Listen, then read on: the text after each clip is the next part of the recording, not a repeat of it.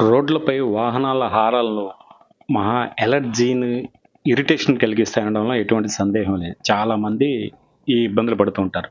అయితే ఇటువంటి కర్ణ కఠోరమైన హారన శబ్దాలకు స్వస్తి పలికేందుకు సెంట్రల్ గవర్నమెంట్ ఓ వినూత్నమైన ఆలోచనతో వచ్చింది. ఏంటంటే వాహనాల హారన్ల కోసం భారతీయ సంగీత వాయిద్యాల నుంచి వచ్చే శబ్దాలను మాత్రమే వినియోగించేలా ఒక కొత్త చట్టాన్ని తీసుకురావాలని చూస్తుంది. ఈ విషయాన్ని మంత్రి నితిన్ గడ్కరీ తెలిపారు. నిబంధనలు అమల్లోకి వస్తే వాహనాల హారాలను వినడానికి ఇబ్బందిగా కాకుండా వినసొంపుగా ఉంటాయని ఆయన చెప్పారు. ఇది బాగుంది కదా ఐడియా. ఇటువంటి వాహనాలైన హారాలను భారతీయ సంగీత వాయిద్యాల శబ్దాలతో వస్తాయన్నమాట. అప్పుడు హార్న్ నొక్కితే ఫ్లూట్ కానీ తబలా కానీ అది మనకు వినపడుద్ది.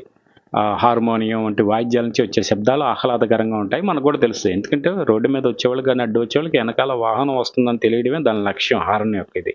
అది వినసొంపుగా వస్తే ఇబ్బంది లేకుండా, ఇరిటేషన్ లేకుండా ఉంటుంది. వాయు కాలుష్యంపై గడ్కరీ ఆందోళన వ్యక్తం చేస్తూ ఈ నిర్ణయం తీసుకున్నట్లు చెప్పారు. వాయు కాలుష్యం రవాణా రంగం వాటా 40% ఉందని అన్నారు.